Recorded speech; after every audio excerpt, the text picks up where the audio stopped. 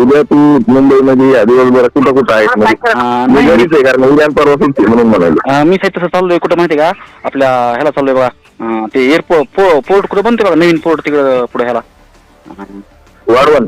हा वाढवणला चाललोय मी आणि माझ्यासोबत ठीक आहे मग काम कर मग या उद्या परवा तेरवा कवा एक काम कर नाही सगळ्या सोपं सांगू तुला. हा हा व्हॉइस कॉलवर आपण बोलू. किती वाजता आता मी जरा गाडी पकडायच्या ट्रेन मध्ये. हो निवांत बोलू आपण. तर मी किती वाजता करू सांग व्हॉइस कॉलवर विषय काय एवढा काही सिरियस नाही. हो पण आपल्याला खूप मोठं काम मिळालंय टेंडरिंगचं. हो हो हो आणि त्याच्यात 1024 प्रकारचे टेंडरिंग आहेत. तुझे जेवढे ओळखीचे लोक आहेत ना हो हो त्यांना आपलं मॅनेज करून टेंडर देणार विषय आहे.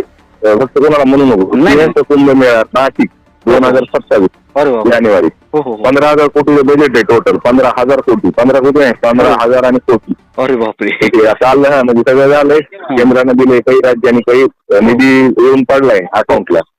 हे घेतलं तंबू जे आहे ना तंबूचे काम घेतलं 38 कोटीचं माझ्या मित्राकडून. हे सगळं पर्सेंटेज गिरीश महाजन ते इन्चार्ज आहे त्या श्रीहंस कुंभमेळ्याचं. मंत्री कोण आहे इन्चार्ज गिरीश महाजन. महाजन पासून ते खालच्या क्लर्क पर्यंत सगळ्यांचं पर्सेंटेज फिक्स केले. आणि मला 500 कोटीचा मला कोटा आलाय कामाचा. 500 कोटीत आपण काय काय टेंडर आतापर्यंत 78 ते 80 कोटीचं मी कामं घेतले मंजूर करून.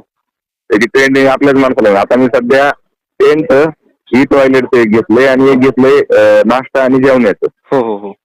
म्हणजे त्या तंबूमध्ये नाश्ता जेवण पुरवायचं. 700 तंबूचं काम घेतलंय मी.